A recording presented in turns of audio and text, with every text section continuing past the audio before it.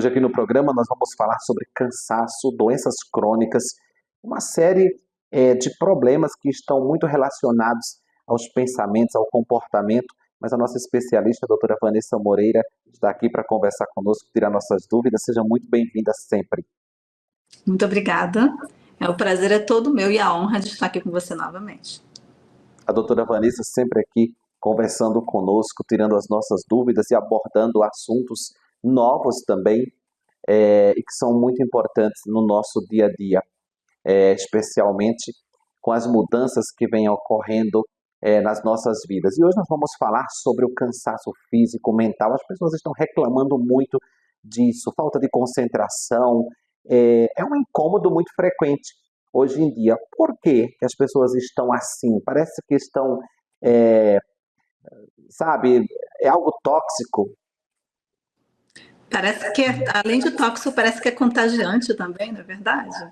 Me parece. Bom, o que muitas pessoas não percebem é que nosso corpo é um reflexo do ambiente interno que criamos. Porque muito se fala de tudo que vem de fora, como se tudo que vem de fora fosse totalmente responsável pelos nossos desafios, pelos nossos problemas de saúde. Mas o ambiente interno, ele é muito importante a ser considerado, porque nós criamos esse ambiente ao longo da nossa vida. E quanto mais ignoramos essa parte, que tudo começa dentro de nós, isso pode acumular e realmente intoxicar o nosso corpo. A intoxicação, ela começa de dentro. Só que quando essa toxicidade que está dentro de nós, ela cresce e ela tem ressonância com a toxicidade fora, com o ambiente externo, esse cansaço, ele incomoda muito mais. E isso que a pessoa tem no interior, né, nos pensamentos, as emoções, ela vai materializando isso. Isso vai se manifestando não só na forma do cansaço, mas também potencializando possíveis doenças. Exato. Essa que é a grande questão. Porque esses padrões, eles afetam diretamente a saúde celular. E quando esse impacto ele é ignorado por muito tempo, em algum momento das nossas vidas acontece um ponto maior de vulnerabilidade. Quando o estresse crônico ele se torna muito permanente por muito tempo, a imunidade ela baixa, a pessoa tem um trauma maior, ou um estresse, ou um pico de estresse ainda maior, ela sente com maior intensidade. E nesse momento é que o desenvolvimento da doença começa a acontecer. Sem a pessoa se dar conta, porque parece que só existe a doença quando existe diagnóstico, não é verdade? Mas não, a doença começa muito antes. Sim, com certeza. Agora, você estava falando e eu estava imaginando aqui, é uma coisa muito nítida.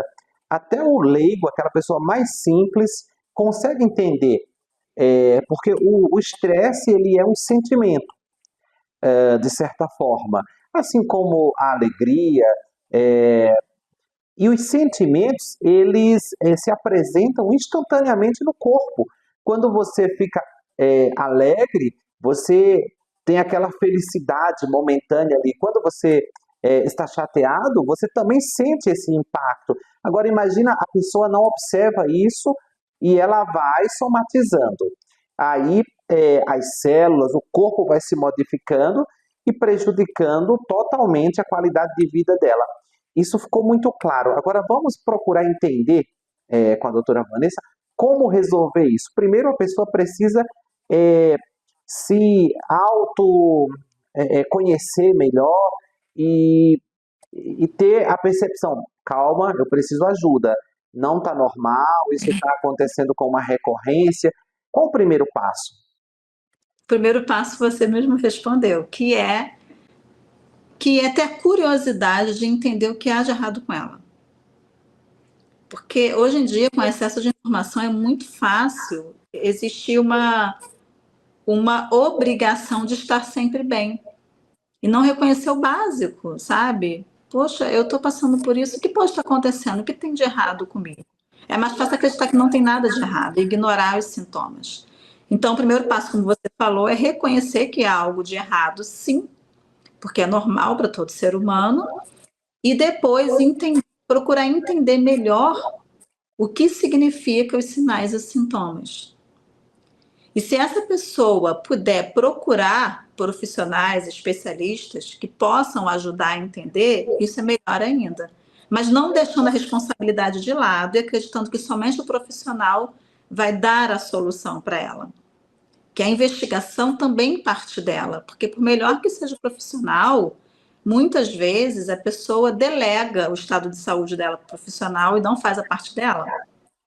E isso a gente tem como nossos aliados hoje em dia é a epigenética.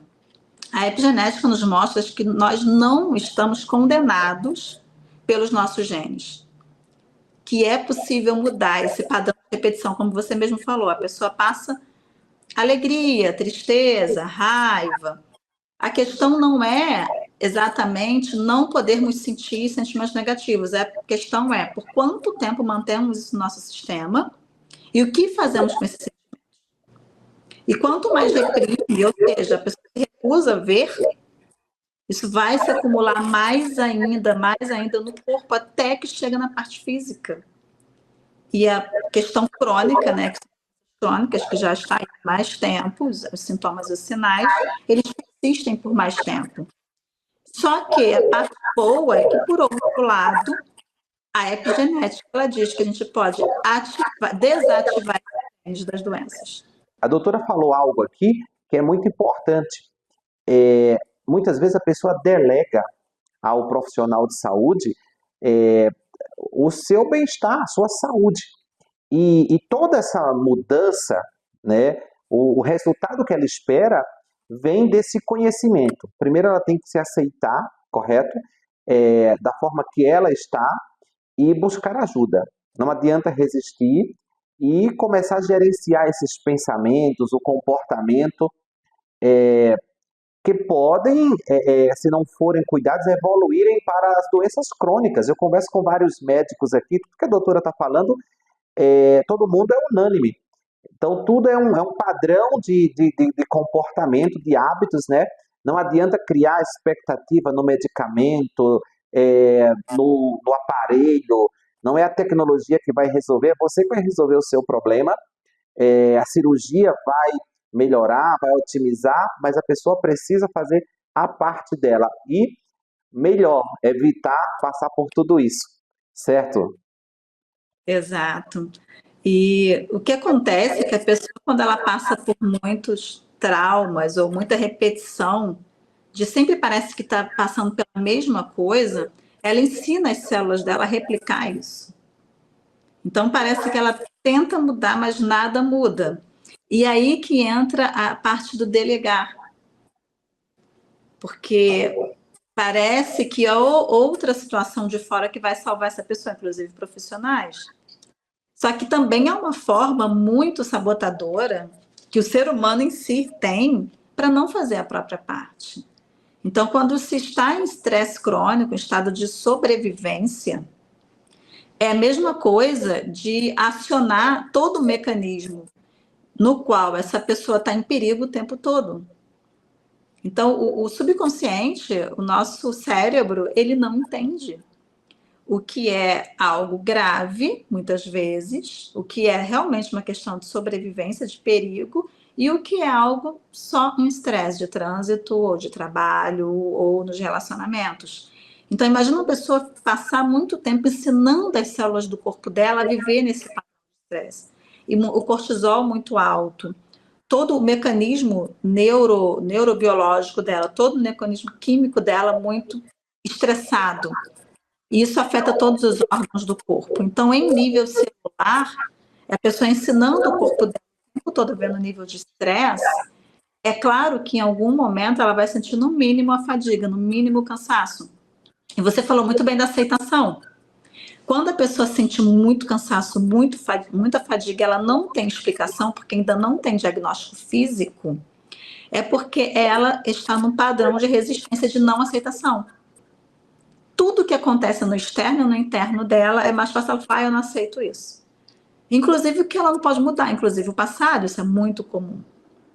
Então, como você mesmo falou, a pessoa começar a aceitar o real estado dela, o que está acontecendo com ela, não significa que ela não possa mudar, pelo contrário.